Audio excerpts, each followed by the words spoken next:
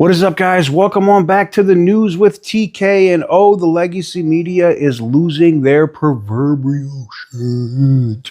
They are losing their minds as people like myself with my automotive channel. I'm sure I'll be able to get one for here eventually too, but my automotive channel has a WhiteHouse press pass, and a lot of other YouTubers or alternative media have now got access to the WhiteHouse. And what that means is the legacy media isn't the only one that's able to pigeonhole that narrative, and they do not like it at all. I saw probably one of the most epic clips ever, and I'm going to roll that for you here in a second, as one of these members of the alternative media went in and completely dressed down that WhiteHouse press room, and I was here for it. Many of the news organizations that are represented in this room have marched in lockstep on false narratives, such as the Very Fine People hoax, the Covington smear, and now what's being called the Maryland Man hoax, where an MS-13 gang member adjudicated by two different judges, I believe, is just simply being referred to as a Maryland Man over and over again. Now, in an effort from the White House to expand access to new companies, you've created this new media seat. So I'm wondering if you can comment on, following this expansion, you've had numerous outlets disparage the companies that you've had sit here, as well as the reporters.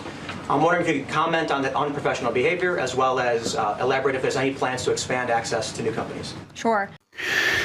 So like I said, completely dressed them down. It was I think much deserved, and I just love the way Caroline Leavitt is running that press room and giving those other voices, because people are starving for information that they can trust, not just what ABC, CBS, NBC, MSNBC, MSDNC, whatever they're, is saying, period. And I think this is absolutely huge.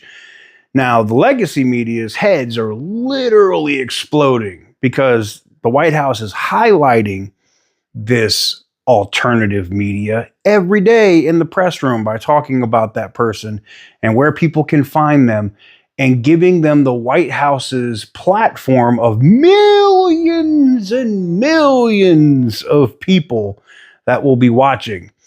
And drowning out that tired old propagandist narrative that the legacy media pushes. But, CNN, garbage, in my opinion, like just absolute trash. But they did have this clip on, and they did have a conservative on there speaking on behalf of this new media.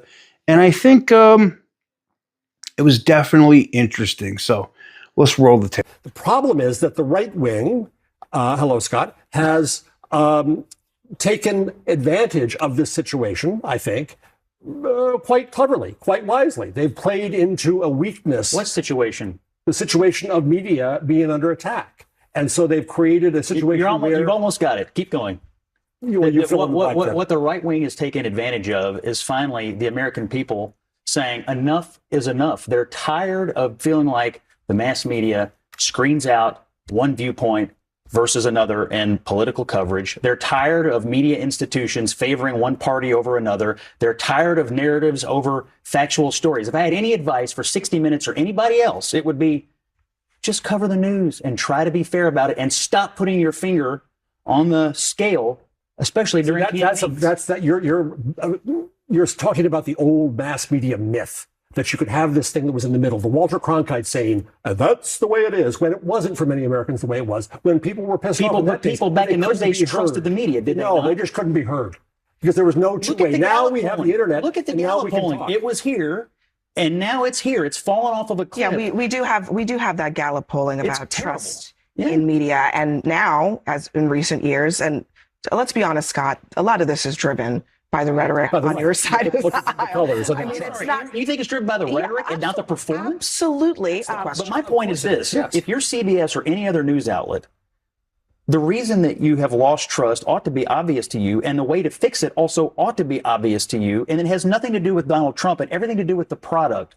Just try to make a better product that appeals to more people. And the way you appeal to more people is by not crapping on half or more than half of the country because of their values and political viewpoints. I think that is what you'd end up with in that press room then is, and these are my words, the freak show that Trump wants. Trump tries to devalue media. Why should we value his freak show there? Let's leave it to the freaks. I think calling them freaks. I don't think there's any disagreement on that, by the way. I mean, he called these new media sources the freak show. They're not freaks. They have audiences. Some of them are. They have audiences, and there's a reason that they're thriving is because people are starved for information that they think they can trust. They're not freaks. They're filling a need in this country, in my opinion. Right. I don't know. I think the legacy media is getting a little tight in their britches. They're not happy, and it's a product of their own making. They've done this to themselves. Period. End of story. You limit voices from a different viewpoint, and people are not going to tune into you or want to hear what you have to say. Sorry.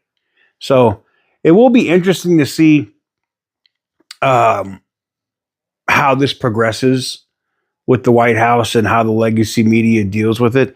I like some of the stuff that the other guy from CNN was saying when he's like, oh, we should just abandon this White House and just not deal with it. Let them have their freak show. Okay, cool. You don't have to have access to the White House. And then you know what's going to happen is everybody else is going to go to this alternative media to get their news. The same way that I can start a news channel here on YouTube and in literally a week be where this channel is right now today. Why? Because people are starving for information that they can trust, that's not biased or spun any different way. I see things very plainly. I don't care about what side it is. I see it in black and white. It's very simple. It's what's on paper. Some people agree with it. Some people don't. I don't care. Let me know what you guys think in the comment section down below. Am I right to say that people are looking for information that they can trust, news that they can trust, information that's being presented without a spin or a push towards one side or the other? I think it's definitely in demand. But let me know what you guys think in the comment section down below. Give the video a big thumbs up if you like what I do. Subscribe here to The News with TK if you haven't already and you want to get a no biased, no BS, no spin version of news. And yes, sometimes I will give you my opinion and I will tell you this is my opinion. You don't have to agree with it. I don't care. But anyways, until next time, thank you very much for watching. I truly appreciate it. And as always, stay petty, my friends.